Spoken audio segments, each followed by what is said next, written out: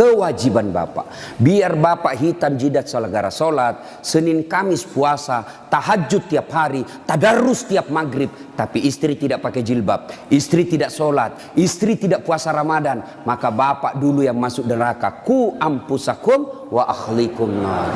Itu makanya bapak didik istri. Bagaimana cara didik istri? Karena kita tidak punya waktu yang banyak, lebih banyak di jalan, kasihan. Bagaimana cara didik istri? Arahkan dia pergi majelis. Itu ada pengajian dek, kau pergi di sana. Bagaimana lagi caranya? Paling gampang, bapak tidur peluk-peluk dia, baru putarkan ceramahnya Dasat Latif. Judulnya apa? Kewajiban istri kepada suami. Sayang ke nonton kita. Langsung enak bapak, karena kalau bapak nasihati istri tidak masuk di akalnya.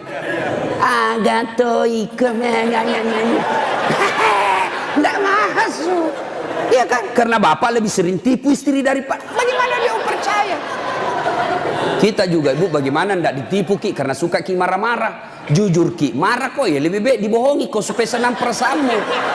Kenapa kau bohong? Selama ini kau bohong. Ku sayang kau, tidak mau kau luka perasaan. Kau bohongi kau. Sekarang kau tahu ya itu takdir burukmu. Kan kita terpojok ki jadi bohong maki. Sama saya ada temanku SD, masih selalu kena telepon sampai sekarang. Cinta-cinta monyet dulu di kampung. Setelah saya lihat banyak viral, tambah populer kila dase. Itu di Makassar gitu nama aku Dasat Latif. Kalau di kampung Ladase.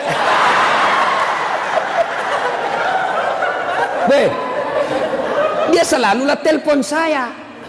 Nggak enak kan? Nah tahu istriku, perasaannya istri saya hormati sekali istri saya. Saya terima. Nggak enak. Saya blokir. Nah bilang kak nanti sombong. Terpaksa ku tulis di situ HP ku namanya penjual batu bata. Jangan kau shooting ibu, nanti sampai sama istriku. Bunyi itu telepon. Nah lihat istriku, Ustaz, ada panggilan tak? Dari siapa sayang? Penjual batu bata. Wah.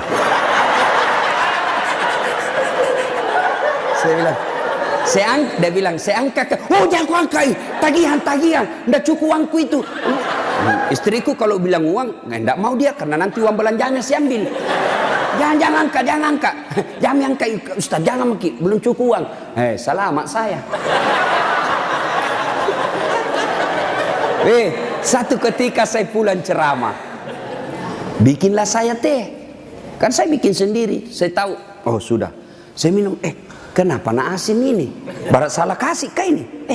Saya pergi lihat toples, tulisannya gula. Isinya, garam.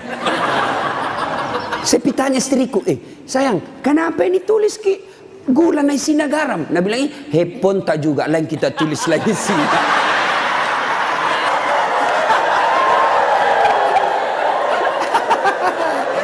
Ibu, sudah tahu rumusnya toh? Pak, jaga istri kalian, jaga. Gimana caranya? Ajari terus, nasihati terus. Tapi bapak tidak mungkin bisa didengar istri kalau bapak saja kelakuannya tidak baik. Tidak mungkin. Maka untuk menjadi baik kepada istri, bapak dulu yang harus bagus. Bapak dulu yang kasih contoh sholat 5 waktu. Kalau perlu bangun subuh-subuh sama-sama. Sayangku, yuk peluk dengan baik, cium pipi. Nah bilang apa dia mau dicium stas ngoro bau tong bebenya Ustaz. Pak, kalau perlu bapak angkat itu istri. Salat subuh sayang, bareng-bareng, salat jamaah. Meskipun bapak pangkat paling rendah di Polres, tapi ibu bapak lakukan itu mulia di hadapan Allah. Angkat istri, ayo sayangku, salat bareng-bareng, berjamaah, bapak imam, istri makmum. Jangan kita baca yang susah-susah. Yang pendek-pendek saja, ya? Karena yang susah-susah nanti tidak mau sampai. Nak baca Al-Kafirun, wala antum abiduna ma a'bud, wala ana abidum ma abattum, wala antum abid. Mulai curiga istrinya. Wala antum abidu, wala ana abidum. Pas selesai sholat, ibu juga kalau selesai sholat kasih semangat suami. Sabar ki pak, memang begitu kalau baru pertama orang sholat. Insya Allah ke depan tidak. Jangan malah dimaki-maki. Bodoh memang kau ini polisi dongo. Apa kau tahu kau bilang? Nah bilang suami tak jamin lagi sembahyang deh. Kau sudah. Bu, pulang suami tak ibu. Kita tahu sudah mau masuk maghrib. Datang suami tak sudah sediakan sarungnya.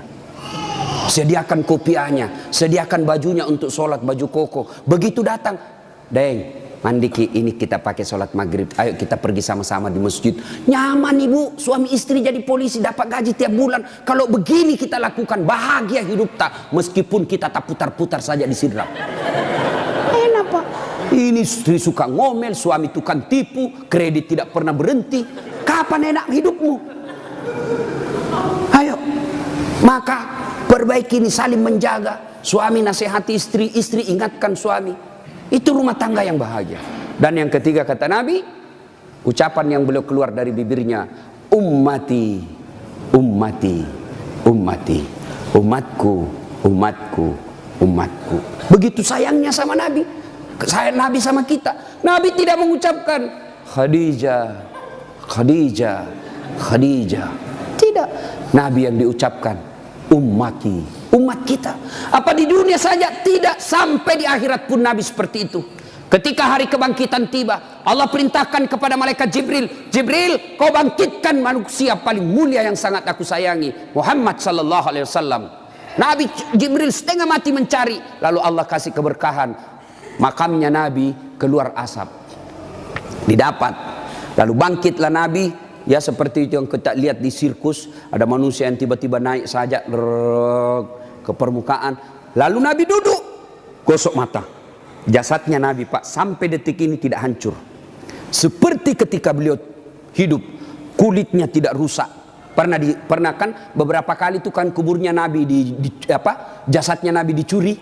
Kan beberapa kali itu, 9 kali. Dan jasadnya pun sudah ratusan tahun meninggal masih sama. Nah, bangun Nabi, gosok matanya.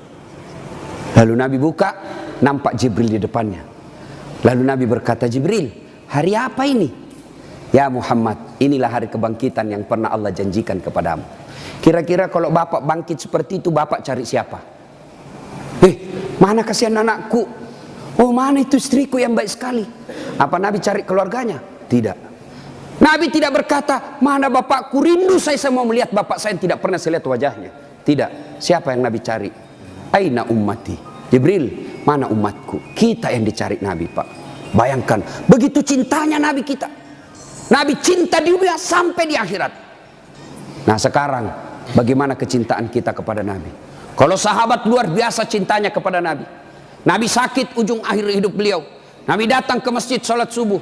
Selesai sholat subuh, Nabi lalu naik pidato. Saudara-saudara sekalian, kita sudah bertahun-tahun membela agama Allah, hidup bareng bersama. Tentu ada yang pernah saya sakiti, baik yang sengaja maupun yang saya tidak sengaja. Kalau ada yang pernah saya sakiti dan saya tidak tahu, tolong balas hari ini. Daripada nanti di akhirat kau membalas, sakitnya berlipat-lipat. Sekarang saya minta balas sebelum saya meninggal. Suasana hening. Abu Bakar paling duluan menangis. Tanda-tanda Nabi sebentar lagi meninggalkan kita ini. Suasana hening. Tiba-tiba dari belakang ada sahabat Nabi namanya Uqasyah. Hitam tinggi besar berdiri. Ya Rasulullah, saya pernah anda sakiti. Semua orang balik. Kurang ajarnya ini Uqasyah. Kapan? Waktu itu perang ya Rasul. Saya berada di sampingmu. Rasulullah mengendarakan onta. Onta Rasulullah. Rasulullah menyambut ontanya. Saya di samping, bukan onta yang kena, tapi saya yang kena. Saya mau membalas ya Rasul. Semua kurang ajar. Nabi lagi sakit mau membalas. Umar berdiri. Uqasyah, kalau gatal tanganmu ingin mencambuk, saya kau cambuk sampai mati. Jangan Rasulullah. Kata Nabi, Umar, saya paham maksud baikmu, tapi dosa tidak boleh diwakili. Dosanya Kapolres tidak bisa diwakili Kasat Lantas. Tidak boleh. Mentang-mentang kita komandan ambil dosa aku, tidak bisa. Sudah. Bangkit lagi Abu Bakar. Hei Uqasyah, sayalah sahabat Nabi paling dekat. Saya selalu bersama beliau. Kalau kau mau cambuk, saya kau cambuk. Sama kau sakiti Rasulullah. Nabi bilang, Abu Bakar, dosa tidak bisa diwakili. Kau duduk. Makin dekat Uqasyah. Ditahan sama cucu beliau, Hasan Husain. Uqasyah, pamanku. Amure, jangan kasihan kakekku. Lagi sakit. Saya kau cambuk kalau mau. Sama Rasulullah, saya kau cambuk. Nabi berkata, cucuku, saya paham maksud baikmu, tapi dosa tidak bila diwakilkan, nak. Duduk. Dekat Uqasyah. Ya Rasulullah, waktu Anda cambuk saya tidak pakai baju. Supaya adil, buka bajumu. Semua orang tambah kurang ngajar ini Uqasyah. Di depan Nabi satu-satunya pertama kali disuruh buka baju. Nabi buka bajunya. Begitu Nabi buka baju, subhanallah, terjadi keajaiban. Apa? Tercium bau harum. Bahkan ada sahabat Nabi, Nabi lagi tidur berkeringat. Dia ambil keringatnya Rasulullah satu tetes, dan itu dia bilang, saya tidak pernah mencium seharum baunya Rasulullah keringatnya. Coba, ada kira-kira di sini keringatnya harum? Hah, ada. Kira-kira kalau saya buka baju di sini, bukan bau harum, bau sakulu. Itulah Rasulullah. Lalu apa kata Rasulullah? Ya, baik, saya buka. Kata Nabi, cepat kau Uqasyah, jangan kau buat saya lama tidak pakai baju, nanti Allah menghukummu. Maju Uqasyah, dia buang cambuknya, lalu dia peluk badan Nabi, dia cium badan Nabi dadanya, lalu sambil menangis, ya Rasulullah, maafkan saya. Hei, apa maksudmu Uqasyah? Tadi kau mau cambuk saya, sekarang kau menangis memelukku. Kata Uqasyah, ya Rasulullah, itu tadi cerita saya cuma karang, itu cari cerita saya cuma buat-buat. Kenapa? Saya tahu sebentar lagi Rasulullah meninggalkan kami. Ingin rasanya kulitku yang hina ini bersentuhan dengan kulitmu ya Rasulullah, karena saya tahu tidak mungkin saya bisa lagi menyentuhnya tanpa saya akali seperti ini.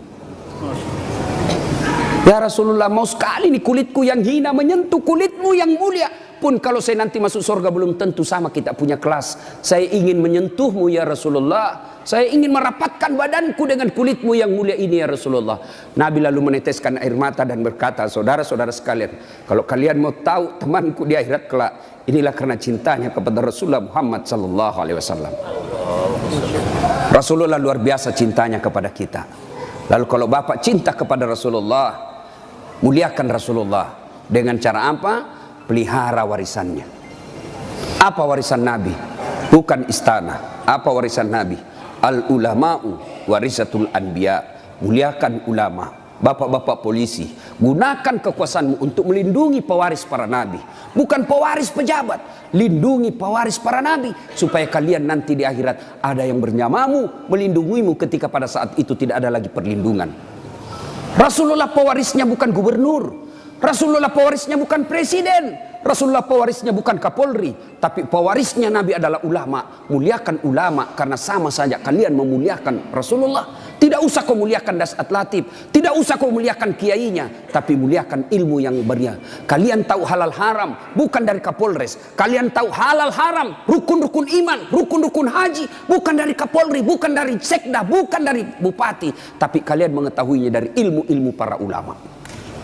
Ini saja tausiah kita, mudah-mudahan ada manfaat. Saya ingin berlama-lama, tapi saya harus ada di Makassar pukul 11 karena saya harus perjalanan lanjut ke Kolaka. Terima kasih Pak Kapolres. Saya doakan Bapak beserta istri sehat walafiat, diberikan kemampuan dan kesanggupan untuk menjaga wilayah hukum Sidrap dan sekitarnya. Bapak-bapak polisi, saya berdoa semoga Bapak sekalian selalu dititipkan iman dalam hati, sehingga Bapak betul-betul menjadi pengayom, pelindung, dan pelayan masyarakat. Insya Allah, luar biasa pekerjaan Bapak. Kalau Bapak melaksanakannya dengan baik, Bapak ini bertugas sebagai Umar bin Khattab, menegakkan hukum. Luar biasa. Kalau saya paling hanya bisa menganjurkan di mimbar, tapi kalau Bapak polisi mampu mengamalkan langsung. Saya jangan minum khamar, jangan narkoba. Nah, dengar anak muda, tapi kalau Bapak bilang jangan narkoba, langsung ditangkap, masuk penjara. Bapak lebih hebat dalam dakwah daripada ustadz. Kalau ustadz di mimbar teriak-teriak, jangan minum khamar. Kita lihat peminum khamar, paling dibilang, dede, mabuk si Ronald Mudai. Tapi kalau bapak polisi dapat langsung bisa disegek, borgol, bawa ke penjara. Nah, ibu bapak, saudara-saudara sekalian, mudah-mudahan ada manfaat.